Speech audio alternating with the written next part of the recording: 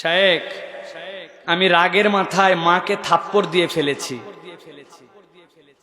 এখন আমি কি করতে পারি? আল্লাহ আল্লাহ। প্রিয় ভাই, কি বলবো আপনাকে?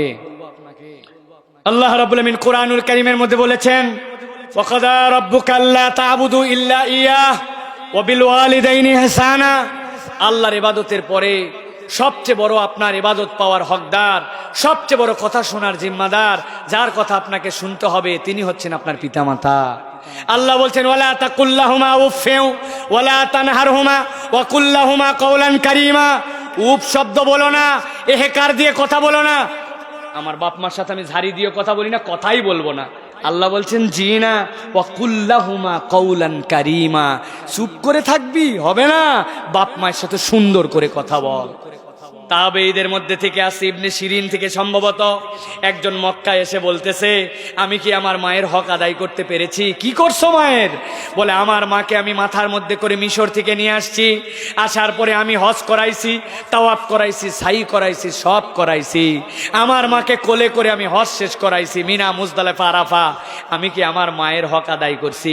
উনি বলতেছেন, তোমার মা তোমারে 9 মাস যে পেটে নিয়েছিল, তার একদিনের হকও আদায় করতে পারো না। আপনি আপনার মাকে থাপ্পড় দিয়ে দিছেন। আরে কি করবেন? বাঁচা তো লাগবে, জাহান্নাম থেকে বাঁচা লাগবে। জড়ায় ধরেন পা, বেঁচে থাকলে তার কাছে যাই ক্ষমা চান। কেমনে ক্ষমা করবে আপনি জানেন না। আপনি শুয়ে পড়েন মাটিতে, আপনার মাকে তার পা আপনার মুখের উপরে তুলে দেন, দিয়ে বলেন, মা তুমি আমাকে মাফ করে দাও, জীবনে একটা ভুল করছি মা, আর কোনোদিন ভুল করব না। কেবল এইটুকুই নয়, কোরআন বলতেছে কেউ যদি প্রকাশ্য ভুল করে, তাহলে আল্লাহর কাছে তওবার পরে তাকে প্রকাশ্য কিছু নেক আমলে আপনাকে প্রমাণ দিতে হবে। আপনি এর পরের থেকে মায়ের জন্য এমন বিনয়ী হবেন, এমন কথা বলবেন, এমন দান সদকা করবেন, এমন নামাজি হবেন, এমন ইবাদত গুজার হবেন, আপনার মা যেন বুঝতে পারে ওই ভুলের পরিবর্তে আমার সন্তান আজকে এরকম করতেছে, তবে যদি আল্লাহ মাফ করে। আল্লাহ নবী বলছেন, যাও লাক্কিনু মাউতাকুম, তোমাদের মৃত ভাইদেরকে তালকিন করো লা ইলাহা ইল্লাল্লাহ। ওকে বলতে হবে না, আমরা ভুল বলো, মরা মানুষকে বলো, বলো লা ইলাহা ইল্লাল্লাহ, বলো লা ইলাহা ইল্লাল্লাহ, বলো। ও তো উল্টা বলে দিবে, তখন অর্থ তখন জীবন যাওয়া আসার অবস্থা।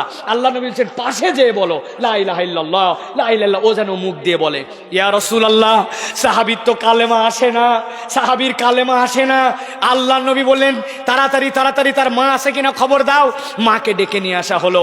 মাকে আনার পরে বলল, তোমার সন্তানের কালেমা মুখ দিয়ে বের হচ্ছে না, তুমি কি মনে কোনো অসন্তুষ্টি আছে কিনা? বলে, ইয়া রাসূলুল্লাহ, আমার সন্তান আমাকে দেখভাল করে, আমার খবর নেয়, আপনার সাহাবী, আপনার প্রিয়, জিহাদ করেছে, আপনার জন্য হিজরত করেছে, আমি সব কিছুই জানি, কিন্তু ইয়া রাসূলুল্লাহ, সে আমার সাথে ঠিকঠাক মতো কথা বলতো না, সে তার অন্যান্য পরিবারের লোকের উপরে তাদেরকে প্রায়োরিটি দিত, আমাকে প্রায়োরিটি দিত না, আমার সাথে আমার কথা শুনতো না, আমার কথাটা আমলে নিত না।